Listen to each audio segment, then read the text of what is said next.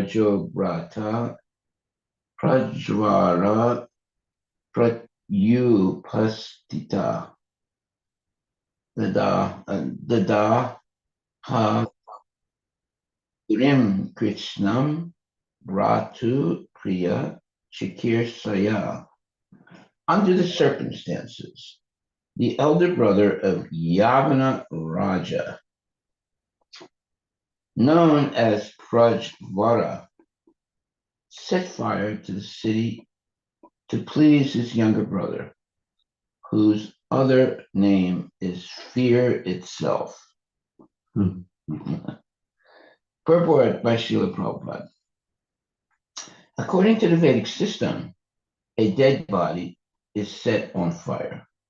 But before death, there is another fire or fever, which is called Prajvara or Vishnu Jwara. Medical science verifies that when one's temperature is raised to 107 degrees, a man immediately dies. Wow. Okay. This Prajvara or higher fever at the last stage of life places the living entity in the midst of a blazing fire.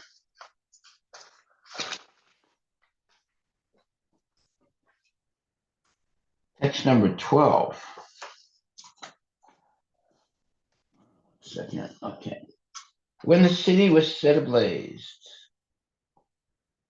all the citizens and servants of the king, as well as all family members, sons, grandsons, wives, and other relatives, were within the fire. King Puranjana thus became very unhappy. Purport by Srila Prabhupada. There are many parts of the body: the senses, the limbs, the skin, the muscles, blood, marrow, etc. And all these are considered here figuratively as sons, grandsons, citizens, and dependents. When the body is attacked by the Vishnu Jwara, the fiery condition becomes so acute that sometimes one remains in a coma. This means that the body is in such severe pain that one becomes unconscious and cannot feel the miseries taking place within the body. Indeed, the living entity becomes so helpless at the time of death that although unwilling, he is forced to give up the body and enter another. In Bhagavad Gita, it is stated that man may, by scientific advancement, improve the temporary living conditions, but that he cannot avoid the pangs of birth, old age, disease, and death.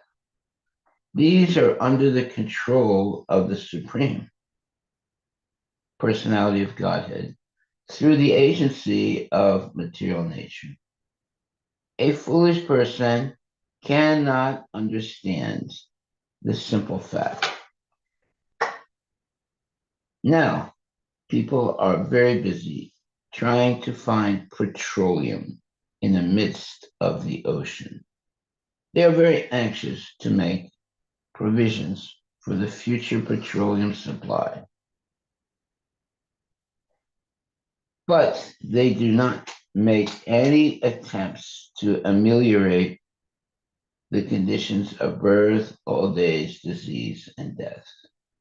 Thus, a person in ignorance, not knowing anything about his own future life, is certainly defeated in all his activities. Correct statements. Text 13.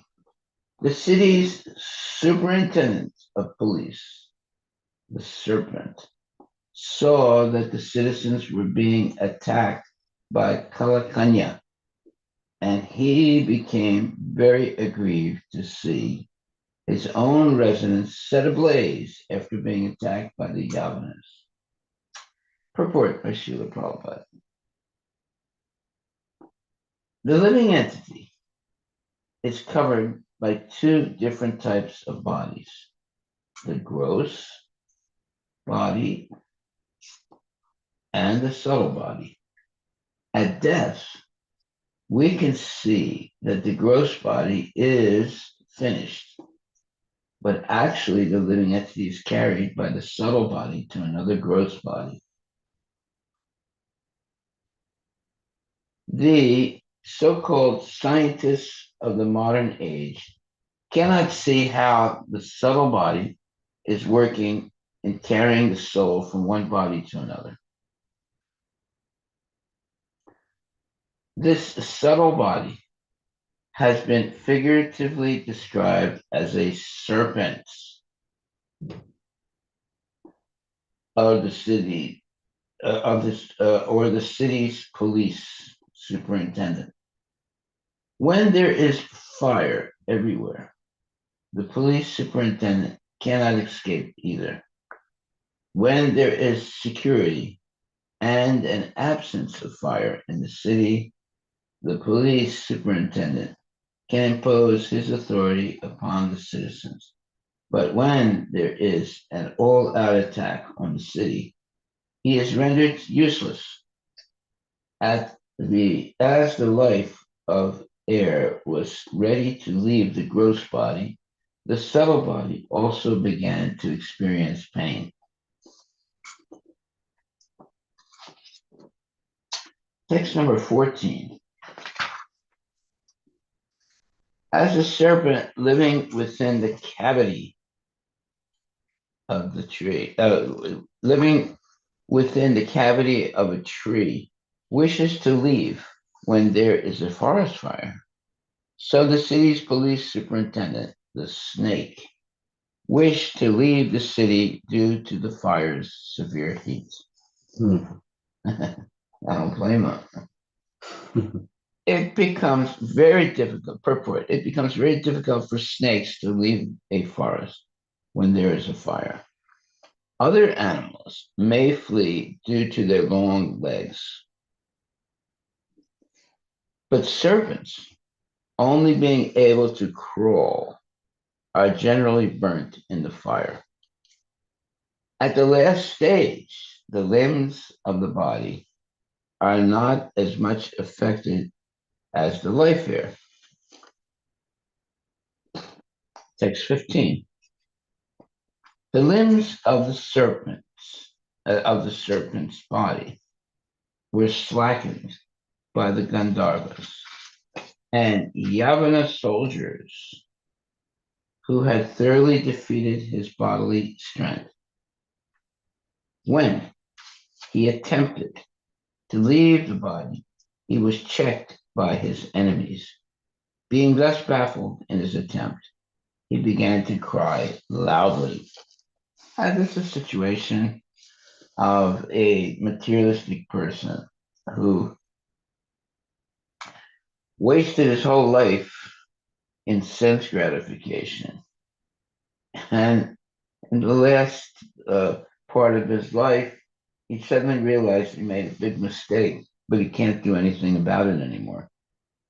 And he's completely controlled by the karma that he has produced through many, many years of sense gratification. Purport. At the last stage of life, the different gates of the body are choked by the effects of disease, which are caused by an imbalance of bile, mucus, and air. Thus, the living entity cannot clearly express his difficulties. The surrounding relatives hear the sound gura, gura, from a dying man. In his Mukunda Malasutra, King Kushakara states, Krishna Twadya pada panjarantam adyaiva me visatu manasa raja hamsa prana prayana samaye kapha vatapita kanta varodana vido smaranam kutaste. My dear Krishna, please help me die immediately so that the swan of my mind may be encircled by the stem of your lotus feet. Otherwise, at the time of my final breath, when my throat is choked up, how will it be possible for me to think of you? Oh, this is a prayer that one should say at the moment of death. The swan takes great pleasure in diving within water and being encircled by the stem of the lotus flower. This entanglement is sporting joy. If in our healthy condition we think of the lotus feet of the Lord and die, it is most fortunate. I like that, most fortunate. In old age, at the time of death, the throat sometimes becomes choked with mucus or blocked by air. At such a time, the sound vibration of Hare Krishna, the Maha Mantra, may not come out. Thus, one may forget Krishna. Of course, those who are strong in Krishna consciousness cannot possibly forget Krishna at any stage because they are accustomed to chanting the Hare Krishna mantra, especially when there is a signal from death. That's why it's very important to chant our minimum 16 rounds every day. We are so habituated to chanting, not only 16 rounds, chanting as much as we can. Therefore, even at the moment of death, we will not become panicked and we'll just keep chanting Hare Krishna and go back to Godhead. Text 16. King Puranjana then began to think of his daughters, sons, grandsons, daughters-in-law, sons-in-law, servants, and other associates, as well as his house, his household paraphernalia, and his little accumulation of wealth. Purport by Srila Prabhupada. It is not infrequent. In other words, it's something that happens a lot. For a person overly attached to the material body to request a physician to prolong his life, at least for some time. Haribol. Yeah. I was like one of my relatives. He begged the doctor to give him another 4 years because he didn't finish what he had to do in life, although he was already uh, uh, 80 years old. If the so-called scientific physician is able to prolong one's life for a few minutes through the use of oxygen or other medicines, he thinks that he is very successful in his attempts, although ultimately the patient will die. This is called the struggle for existence. I love that. Struggle for existence. Everyone's going through this struggle for existence. At the time of death, both patient and physician still think of prolonging life, although all the constituents of the body are practically dead and gone. Text 17. King Puranjana was overly attached to his family and conceptions of I and mine. Because he was overly attracted to his wife, he was already quite poverty stricken. At the time of separation, he became very sorry. Purport by Srila Prabhupada. King Puranjana was, it is clear in this verse that at the time of death, thoughts of material enjoyment do not go away. Oh, terrible. This indicates that the living entity, the soul, is carried by the subtle body, mind, intelligence, and ego. Due to false ego, the living entity still wants to enjoy the material world, and for want of material enjoyment, he becomes sorry or sad. He still makes intellectual plans for further his existence. And therefore, although he gives up the gross body, he is carried by the subtle body to another gross body. The transmigration of the subtle body is never visible to material eyes. Therefore, when one gives up the gross body, we think that he is finished.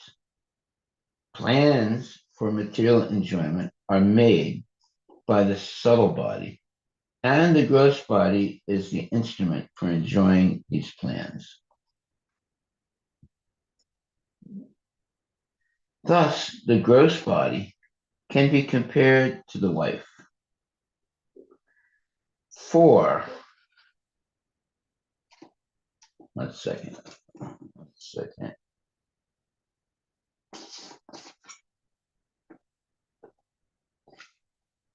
Thus, the gross body can be compared to the wife. For the wife is the agent for all kinds of sense gratification. Because of long association with the gross body, the living entity becomes very sad to be separated from it. The mental activity of the living entity obliges him to accept another gross body and continue his material existence. The mental activity of the living entity obliges him to accept another gross body and continue his material existence. The Sanskrit word stri means expansion. That's what happens when you become married. You expand. Children, daughters, so forth. Through the wife, one expands his various objects of attraction, sons, daughters, grandsons, and so on. Attachment to family members becomes very prominent at the time of death. One often sees that just before leaving his body, a man may call for his beloved son to give him charge of his wife and other paraphernalia. He may say, "My dear boy, I am being forced to leave. Please take charge of the family affairs." He speaks in this way, not even knowing his destination. Text 18. King Puranjana was anxious, thinking, "Alas, my wife is encumbered by so many children. When I pass from this body, how will she be able to maintain all these family members? Alas, she will be greatly harassed by thoughts of family maintenance."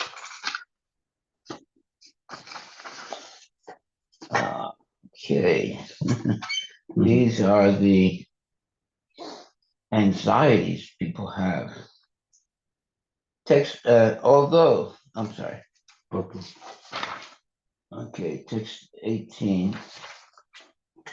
Although these thoughts of one's wife indicate that the king was overly engrossed with the thoughts of woman, All these thoughts. because, no, wait a minute, it says, because these thoughts of one's wife indicate that the king was overly engrossed with the thoughts of woman.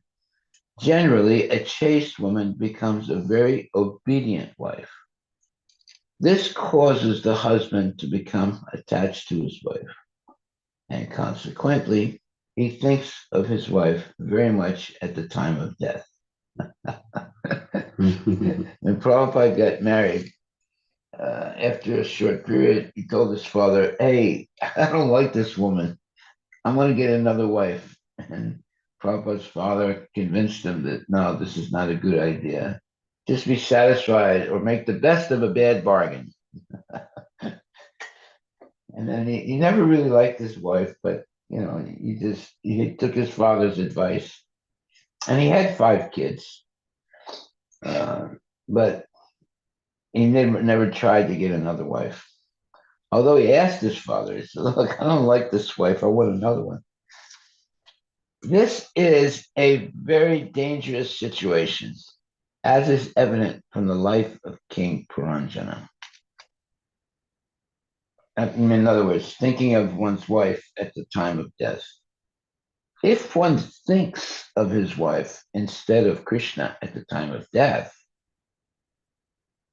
he will certainly not return home back to Godhead, but will be forced to accept the body of a woman and thus begin another chapter of material existence. Oh my God, what a terrible thing. Text 19. King Puranjana then began to think of his past dealings with his wife. So just imagine all these things are coming into one's mind as he's approaching death. Instead of thinking about Krishna, he's thinking about his wife. He recalled that his wife would not take her dinner until he had finished his, that she would not take her bath until he finished his, and that she was always very much attached to him. So much so that if he would sometimes become angry and chastise her, she would simply remain silent and tolerate his misbehavior. My God, she's a saintly woman. Purport by Srila Prabhupada. A wife is always supposed to be submissive to her husband. Submission, mild behavior, and subservience are qualities in a wife which make a husband very thoughtful of her. For family life, it is very good for a husband to be attached to his wife, but it is not good for spiritual advancement. Thus, Krishna consciousness must be established in every home. If a husband and wife are very attached to one another in Krishna consciousness, they will both benefit because Krishna is the center of their existence. Okay, so that's a major statement, and that is pointing to the real, let's say, way to have a marriage. Otherwise, if the husband is too much attached to his wife, instead of being attached to Krishna, he's attached to his wife, he becomes a woman in his next life. The woman, being overly attached to her husband, becomes a man in her next life. Of course, it is an advantage for a woman to become a man, but it is not at all advantageous for the man to become a woman. Haripol. Here, Prabhupada is really explaining the truth of what goes on in the world today. Text 20.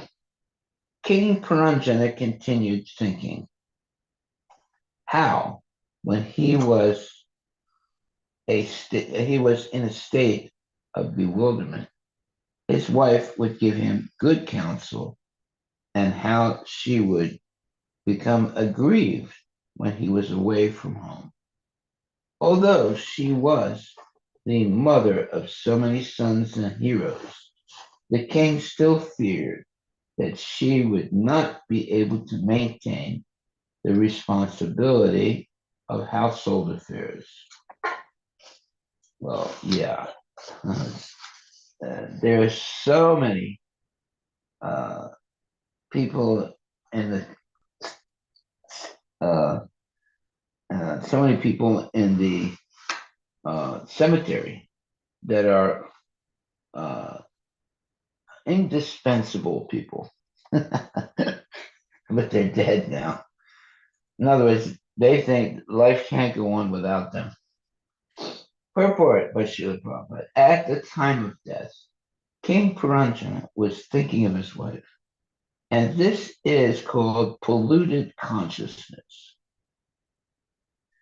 As Lord Krishna explains in Bhagavad Gita 15.7, Mamayavam so jiva loke, jiva bhuta sanatana, manaksastani prakriti karsati. The living entities in this conditioned world are my eternal fragmental parts. Due to conditioned life, they are struggling very hard with the six senses, which include the mind. The living entity is, after all, part and parcel of the Supreme Spirit, Krishna. In other words, Krishna's constitutional position and the living entity's constitutional position are the same qualitatively. Well, what does that mean? Krishna is always the Supreme Personality Godhead, and the living entity is always surrendered or always inferior to the Supreme Lord. The only difference is that the living entity is eternally an atomic particle of the Supreme Spirit. Mamayavam so jiva loke, jiva bhuta sanatana. In this material world of conditional life, the fragmental portion of the Supreme Lord, the individual soul, is struggling due to his contaminated mind and consciousness. As part and parcel of the Supreme Lord, the living entity is supposed to think of Krishna. But here we see that King Puranjana, this living entity, is thinking of a woman. Such mental absorption with some sense object brings about the living entity's struggle for existence. In other words, taking birth, death, old age, and disease over and over again. That's the struggle for existence. 1 second.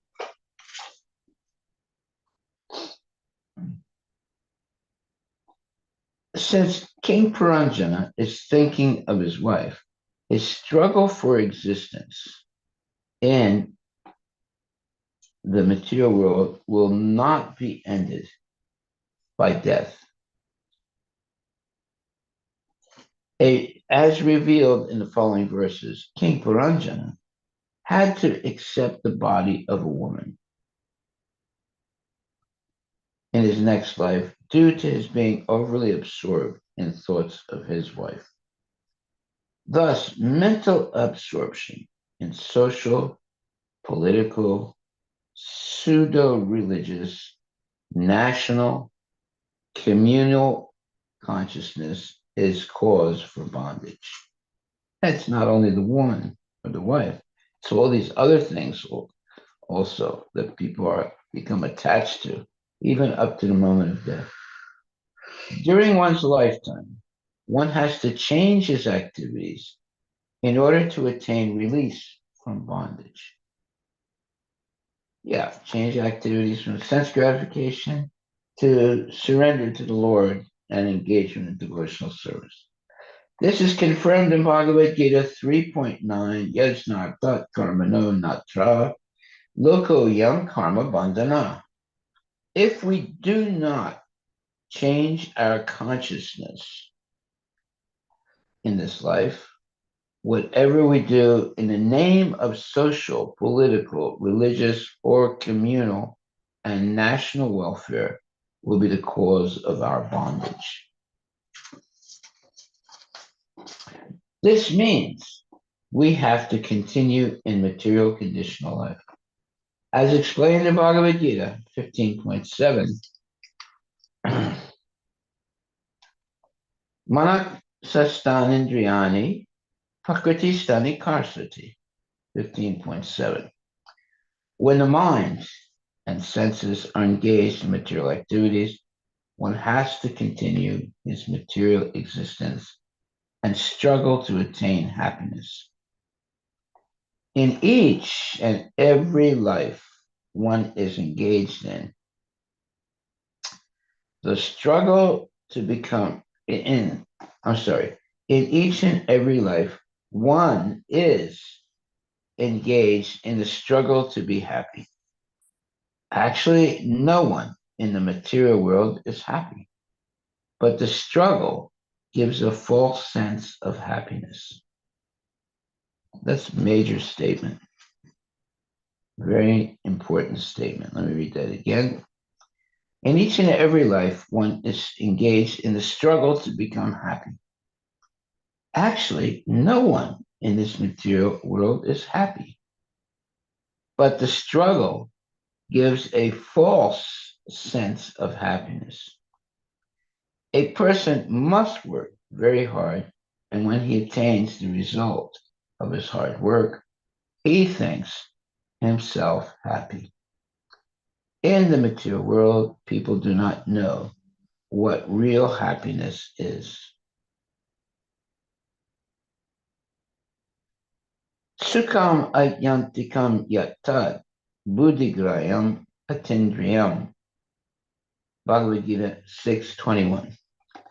Real happiness must be appreciated by one's transcendental senses.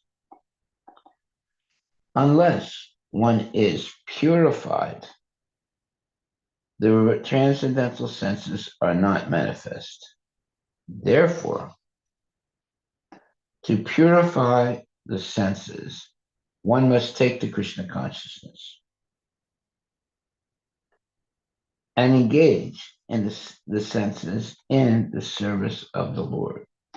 Then there will be real happiness and liberation. It is stated in Bhagavad Gita 15.8, Sarinam yad avapnoti yaschapi utkramatisvara grihit vaitani samyati vairuganda ivasayat. The living entity in the material world. Wait a minute, 1 second.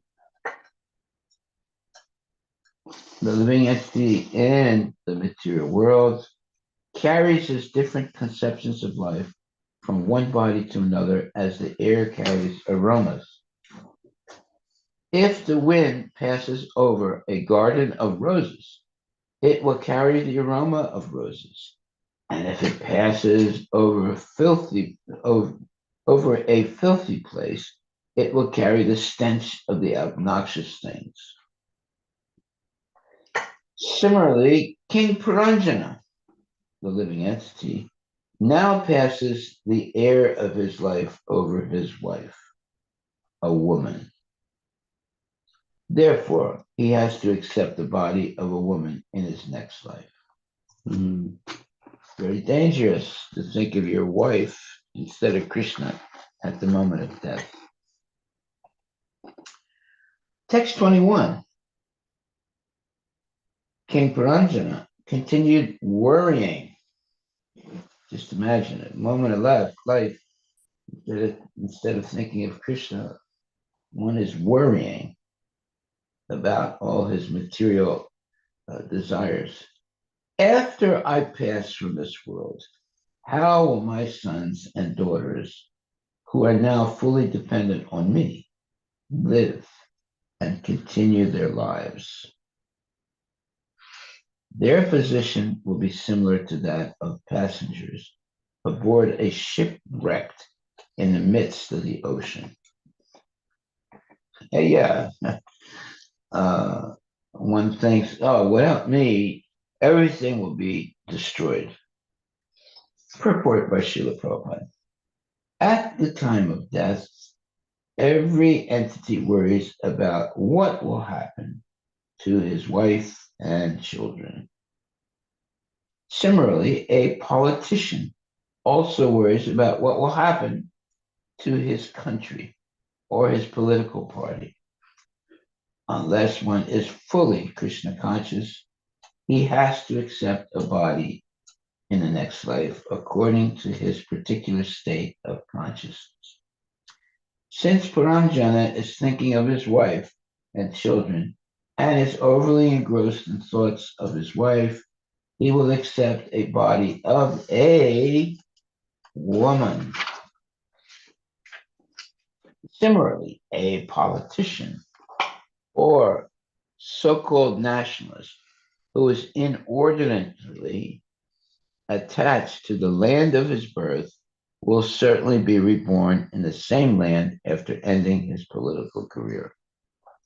Yeah, but it might not be in a human body, though. Mm-hmm. It could be in the body of a cockroach, or who knows.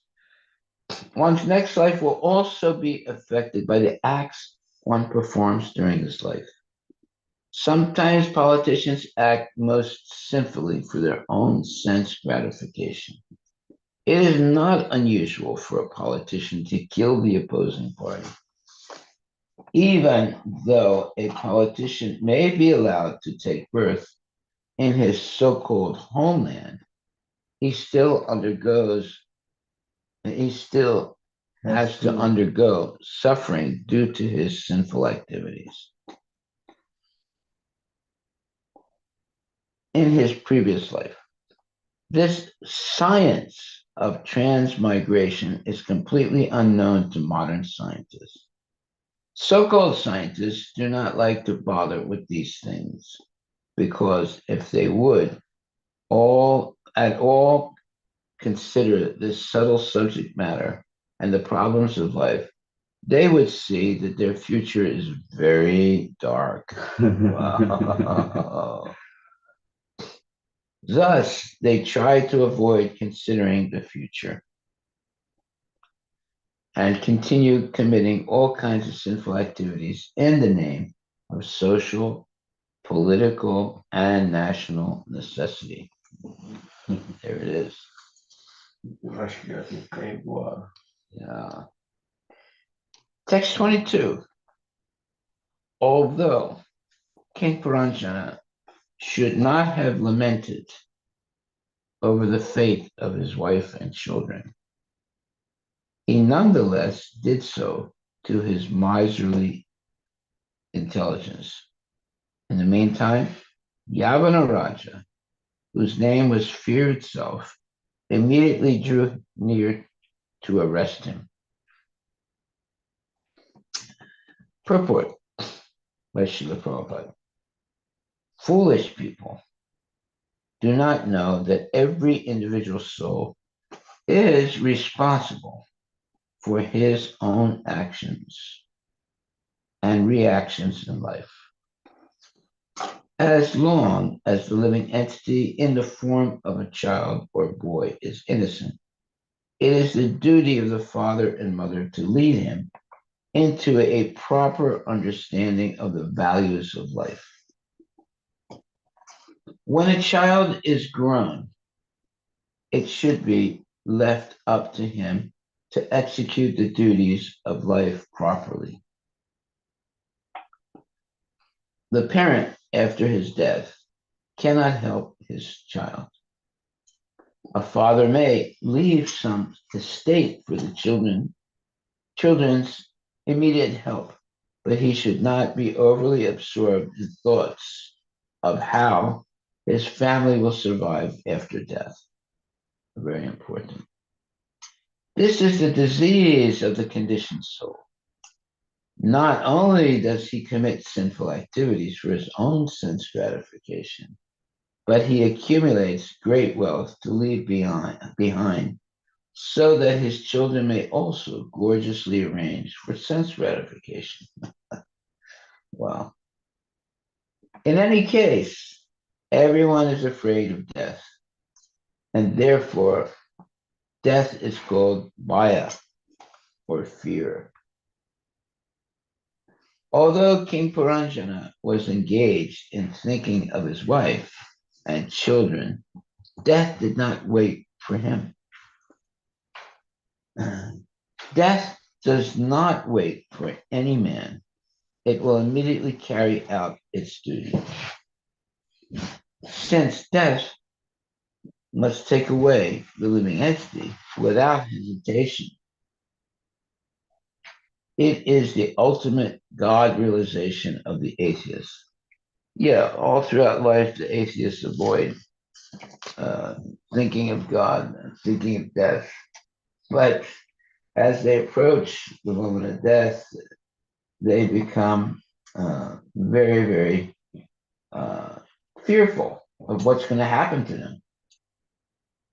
So it says, since death must take away the living entity without hesitation, it is the ultimate God realization of the atheist. Yeah, the atheist also will see God, but as death, at the moment of death. It is the ultimate God realization of the atheists who spoil their lives thinking of country, society, relatives, to the neglect of God consciousness.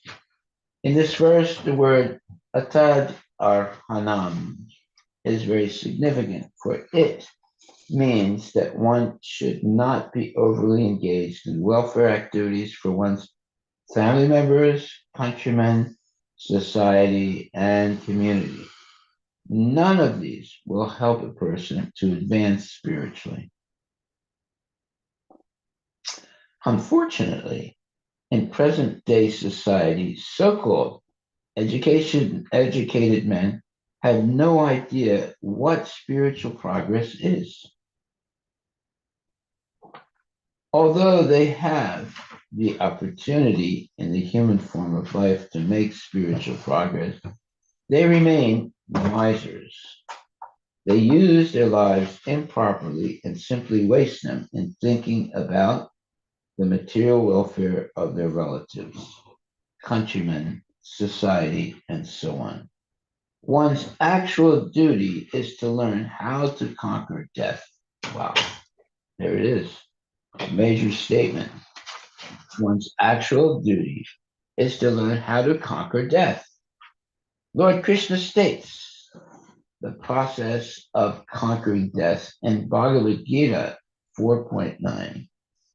Janma karma chame divyam evam yo veti tatpataha yakpadeham punarjanma naitimam eti sarjana.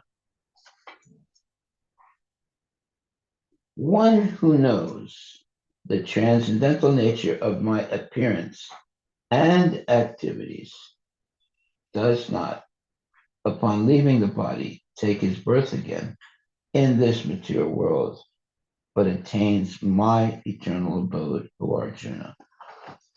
Well, this verse, Bhagavad Gita 4.9, is very, very important. And we should all pay attention to it, even memorize it. Janmakama chame divyam evam myo vetitatvata tyakvideham punarjanma naitimam iti sarjana. One who knows the transcendental nature of my appearance and activities does not, upon leaving the body, take his birth again in this material world, but attains my eternal abode, O Arjuna. If we're going to memorize something, we should memorize this verse. In fact, we should have it pinned on the wall every day. When we wake up and go to sleep, we should read this verse. One who knows the transcendental nature of my appearance and activities does not, upon leaving the body, take his birth again in this material world, but attains my eternal abode, O Arjuna. After giving up the body, one who is fully Krishna conscious does not accept another material body, but returns home, back to Godhead. Everyone should try to attain this perfection. Unfortunately, instead of doing so, people are absorbed in thoughts of society, friendship, love, and relatives. This Krishna consciousness movement, however, is educating people throughout the world and informing them how to conquer death. Harim vina naivashritam taranti. One cannot conquer death without taking shelter of the Supreme Personality of Godhead. Text 23. When the Yavanas were taking King Puranjan away to their place, binding him like an animal, the king's followers became greatly aggrieved. While they lamented, they were forced to go along with him. Oh boy, they were following the wrong person. When Yamaraj and his assistants take a living entity away to the place of judgment, the life air, desires, being followers of the living entity also go with him. Wow. This is confirmed in the Vedas when the living entity is taken away or arrested by Yamaraja. Tam utkramanantam, the life air also goes with him. Prana nutkramati. And when the life air is gone, pranam anutkramanam, all the senses, sarve prana, also go along.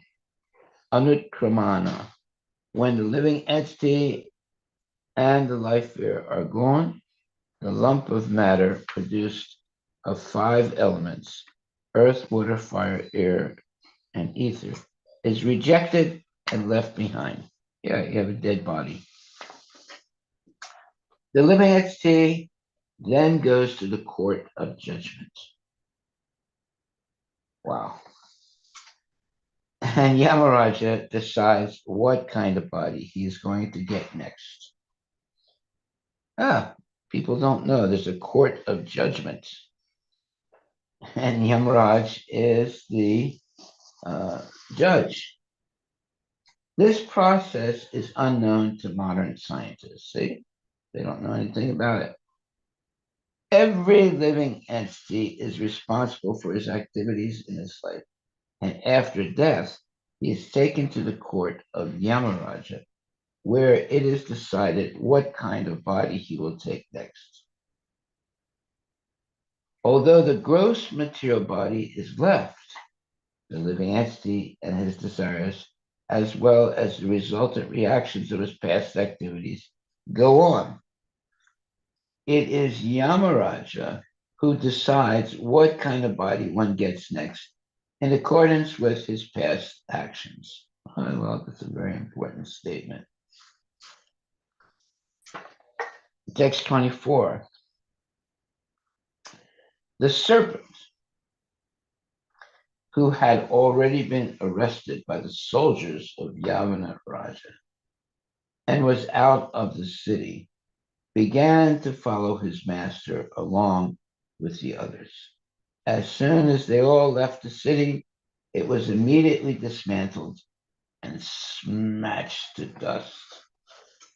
Well, that's what happens to the material body. It is dismantled immediately when the soul leaves the body and smashed to dust. Purport. When the living entity is arrested, all his followers, namely the life air, the senses, the sense objects, immediately leave the lump of matter, the body. When the living entity and his companions leave, the body no longer works, but turns into basic material elements: earth, water, fire, air, and ether. When a city attacked by enemies is vacated by its inhabitants, the enemy immediately takes advantage of that city and bombards it to smash the whole thing to dust. When we say, "Dust thou art, and unto dust thou shalt return," we refer to the body. When the city is attacked and bombarded by enemies, the citizens generally leave and the city ceases to exist.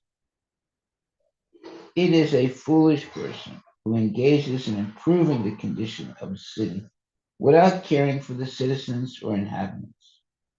Similarly, a living entity who is not properly enlightened in spiritual knowledge simply takes care of the external body, but not knowing that the spirit soul is the principal factor within the body. When one is advanced in spiritual knowledge, the spirit soul is saved from the eternal transmigration. Ah, interesting point. The Bhagavatam considers those who are attached to their body to be like cows and asses. Saeva Gokara. The cow is a very innocent animal, and the ass is a beast of burden. One who labors under the bodily conception simply works like an ass and does not know his self-interest. It is therefore said, Yasyatma buddhi kunape chidatuke swadi kala chadisu boma ichyadi yatirsa buddhi salile nakarachid janesva bi Jesu saeva gokara. A human being who identifies this body made of three elements with his self, who considers the byproducts of the body to be his kinsmen, who considers the land of birth worshipable, and who goes to a place of pilgrimage simply to take a bath rather than meet men of transcendental knowledge there, is to be considered like an ass or a cow. Human civilization, devoid of Krishna consciousness, is simply a civilization of lower animals. Sometimes such a civilization may study the dead body and consider the brain or the heart. However, no part of the body is important unless the spirit soul is present. In a modern civilization of cows and asses, scientists try to search out some value in the brain or heart of a dead man. Wow, Prabhupada knows everything. Okay, text number 25. When King Puranjana was being dragged with great force by the powerful Yavana out of his gross ignorance, he still could not remember his friend and well-wisher, the super soul. Yeah, he was thinking about his wife, he was thinking about his animals, his friends, his family, so many things. In Bhagavad Gita 5:29, Lord Krishna says, Bhoktaram yagitapasam sarvaloka maheshwaram sridam sarvabhutanam gyatva mansantim brichati. A person can be in full Krishna consciousness and become happy and satisfied if he knows but three things.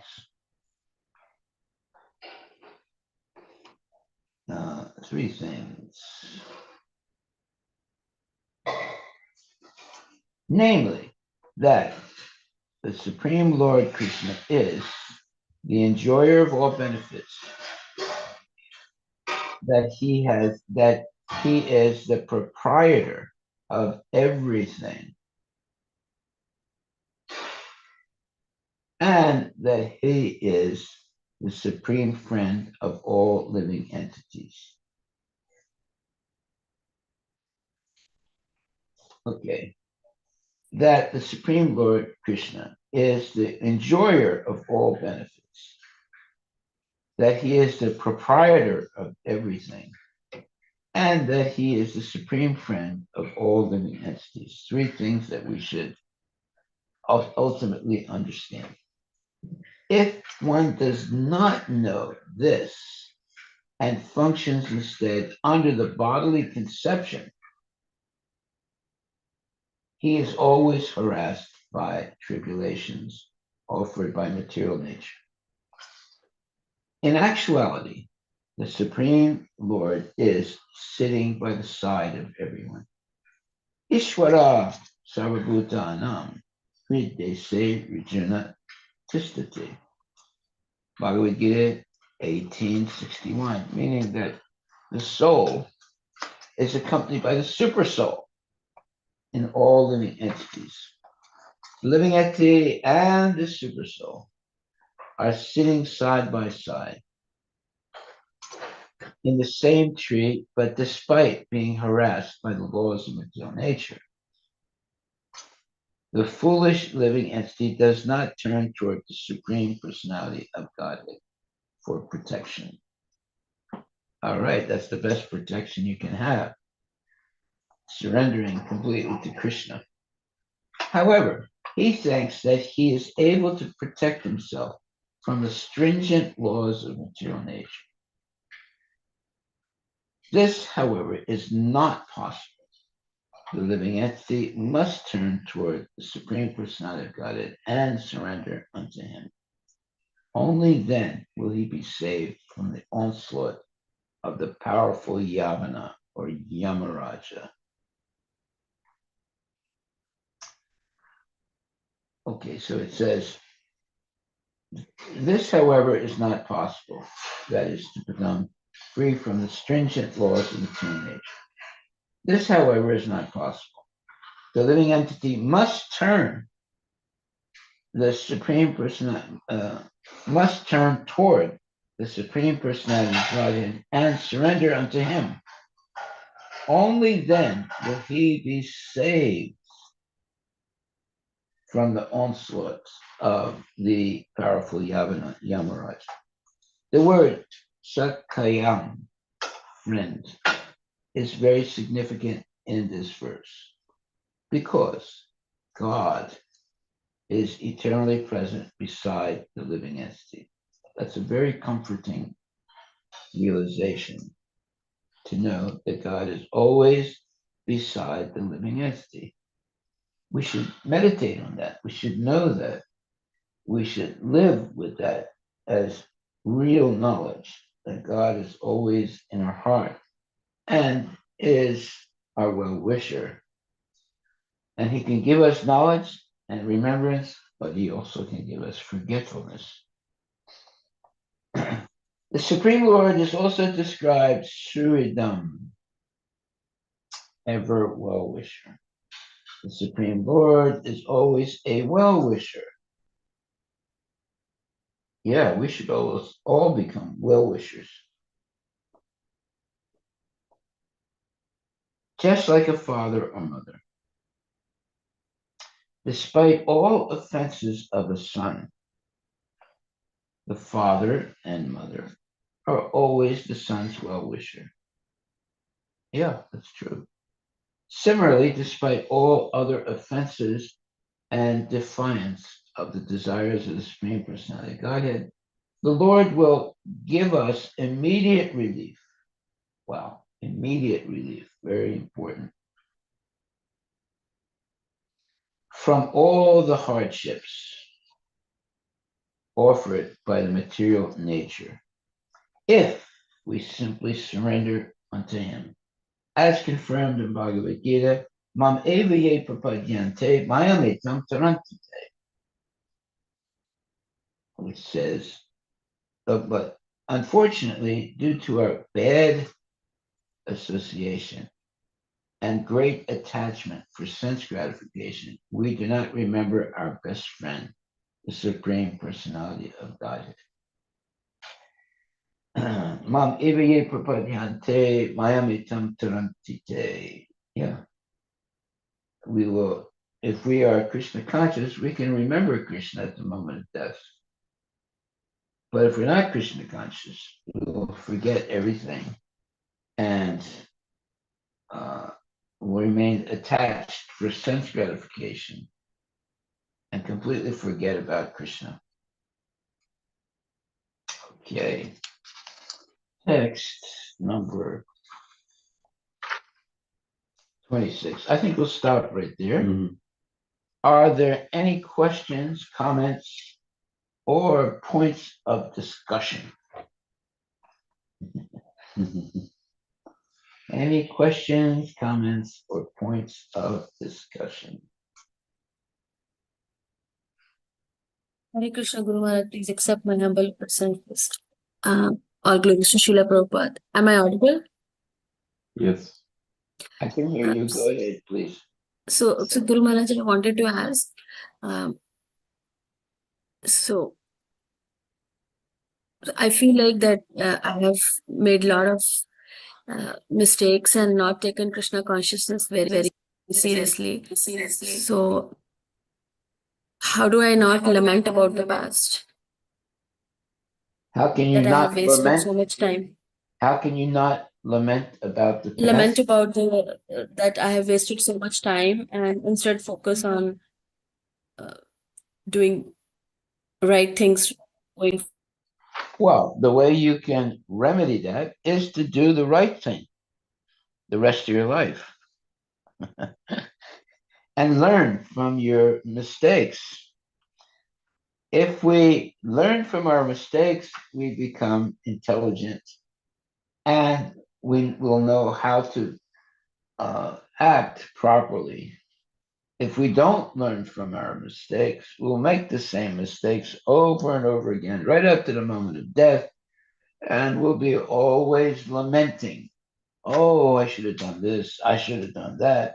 Oh, why has this happened to me? I knew what I should do, but I did not do it. You'll be completely confused with all those types of thoughts.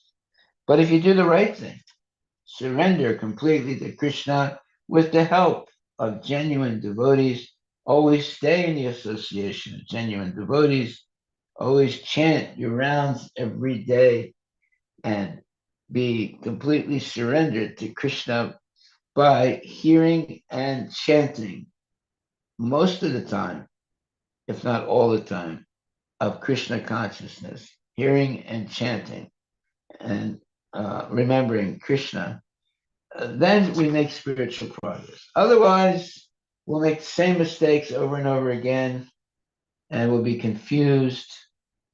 And at the moment of death, we'll be lamenting rather than being happy.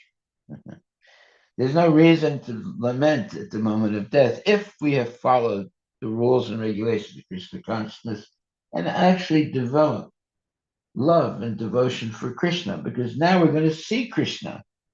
He'll shake our hands and he'll say, well done, my dear devotee, and now you come with me back to Godhead.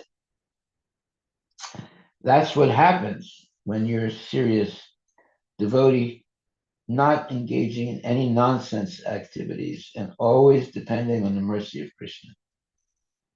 Yeah, we're always going to be faced with challenges in life. And sometimes we'll be successful, sometimes we'll not be successful. But in both conditions, we should never forget Krishna, and we should double down on our chanting and hearing and preaching Krishna consciousness. That way, even if we're a complete material failure, we will be spiritually successful. And if we are both spiritually successful and materially successful, we can do a lot of good things for society, such as helping other people become Krishna conscious, not by building skyscrapers and, and atomic bombs, but by building love and devotion for Krishna. So if we can make even one devotee in our life, a genuine devotee, that is, we go back to Godhead. So our preaching is very important, but only because we're surrendered to Krishna will and be completely free of all sense gratification. Will we be successful in being able to convince other people also to be Krishna conscious? Hare Krishna, Krishna Krishna, Hare Hare, Hare Rama, Rama Rama, Hare Hare. Any other questions or comments? Guru Maharaj, then when Krishna is ultimate goal, why I have to engage with material things? Why can't I just renounce everything and focus on Krishna alone? If you And renounce devotion is everything, you will renounce things that could be used in Krishna's service. So we should not renounce everything. We should learn how to use everything in Krishna's service. You understand? It's not that you renounce everything. What are you going to renounce Krishna? Are you going to throw the baby out with the bathwater? That's not a good policy. The good policy is to learn how to use everything in Krishna's service. That is the Krishna conscious way, to purify things, not just throw them away, but to purify things. That's what a devotee can do. Prabhupada came and he didn't reject everything. He purified things, like the life of devotees, the life of sinners to become devotees. He purified living entities like us to give up sense gratification and take up being genuine devotees of Krishna. So that's what we should do. Follow Prabhupada's example.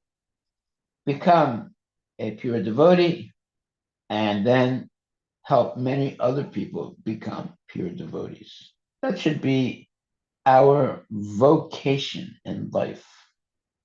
Vocation means what we are meant to do.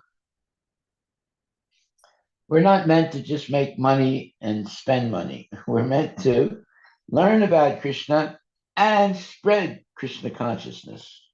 That should be our real vocation in life.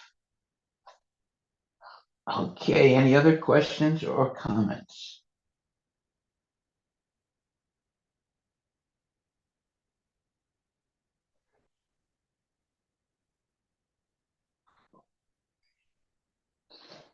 Okay, no questions. Just hearing this whole thing just plays out what happens at the end of our life. Yeah. And unfortunately, most of the karmis, they don't have this knowledge. Well, you can have knowledge and also not be able to remember it due to being involved in too many things. Right? But if we every day hear Srimad Bhagavatam and Bhagavad Gita over and over again, eventually we will never forget Krishna. That's the whole point. When you go to sleep, you forget Krishna, is it not? You forget everything. Then when you wake up, you suddenly realize, oh, I'm a devotee. I have to do this. I have to do that. So this chanting and dancing and taking prasadam is very important in the association of devotees, and controlling how many hours in a day we sleep and controlling our eating, sleeping, mating, and defending, so that we have time for Krishna consciousness. Many people say, look, I don't have any time. I have this business thing, I have my family, I also have my the club that I go to work out. I don't have time for Krishna consciousness. That's a defeated nonsense person. We have to make time to chant and hear about Krishna every day, so that we don't forget the Lord and we don't go astray, go away from Krishna. We want to always be close to Krishna, hearing and chanting about him, and engaging in devotional service and helping others also to hear and chant and become devotees. That's our real purpose in life. Everything else, raising the family, making money, eating, sleeping, mating, and defending, none of those things are going to take us back to Godhead. But if you're completely surrendered to Krishna and always chanting the Hare Krishna Maha Mantra, and wherever you have a chance, preaching to others, now you're working on the path of eternal life. That should be our real vocation in life. Yeah, oftentimes you'll see in Indian families that the grandmother and grandfather or the relatives are Krishna conscious, but the children are not Krishna conscious. That means that they were not able to transfer their knowledge to their children. And that's a big, let's say, failure in life, from one not being able to educate the next generation so that the Krishna consciousness movement can continue. So we have to understand what our duty is as a mother and father. It's to be able to instruct our children to become good devotees. Well, we have to become a good devotee in order to educate our child to become a good devotee. So if we are successful as a parent to educate our kids not only in mundane knowledge, but also transcendental knowledge of Krishna consciousness, we are a successful parent. If we only achieve educating our kids to be good karmis, successful materially, we are failures.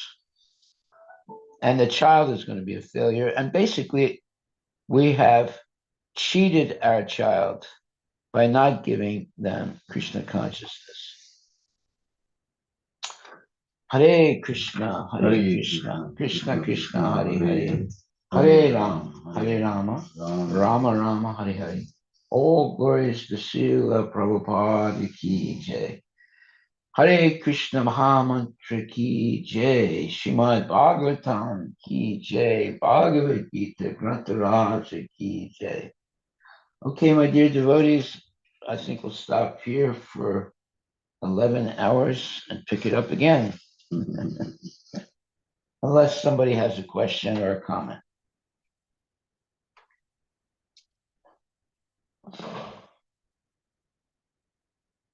These are amazing purports. The more we Hare Krishna, Harivilas Maharaj, please accept my humble obeisances.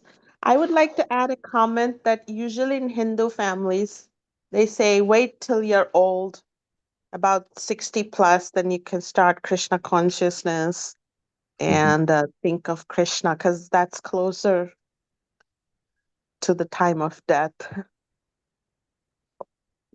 Yes. Well, that's stupid. Now, in other words, what they're saying is, let me have sense gratification as much as I can. And when I get to be sick and old and I can't really even pass stool properly, then I'll become Krishna conscious. It doesn't work like that. They're going to wait till they can't pass stool, then they'll become Krishna conscious. It's completely stupid. Right? It's just like giving someone a post-dated check, right? Someone will give you a post-dated check for the next century for $10 billion. Is that worth anything? No, it's not worth anything. You're not going to live that long anyway, and it's you're being shortchanged. $10 billion if you can live 100 years more. Yeah. Post-dated check. You ever get a post-dated check?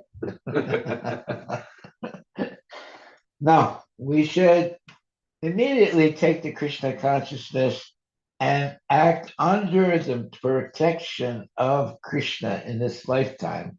Always chanting Hare Krishna, Krishna Krishna, Hare Rama, Rama Rama, Hare Hare. And because people see us always chanting Hare Krishna, they will also gradually say Hare Krishna. Even if they say it once, they will be very blessed by the mercy of Krishna. Hari Bol. Okay, we'll stop right now. Actually, we never stop. But always think of Krishna. Always remember Krishna. Never forget Krishna. The two major laws, or let's say two major recommendations to be Krishna conscious. Always remember Krishna. Never forget Krishna. If you just follow those two principles, you will be a success in Krishna consciousness. Thank you very much, my dear devotees. All glories to Srila Prabhupada. Have a good day. And if you're available, come tonight and plant some more vegetables at the farm and work at the farm a little bit. It's a lot of fun. We have already planted a lot of vegetables. Right? Yeah, we will continuously need some watering help as well as the plants start growing up. Yeah. Other types of pruning. Yeah, catching slugs. Go on the slug patrol. Yes. Well, the slug patrol, the slugs, they come out 10, 11 o'clock at night and they go back 5 o'clock in the morning. So they're very, very tricky. But you can always catch them and move them far away. If you don't like your neighbor, you can throw them over the fence, to the neighbor's yard. We're going to have a lot of slugs. Slugs love to eat veggies. They are very, very happy doing that. Okay, thank you very much. Chant Hare Krishna and be happy. That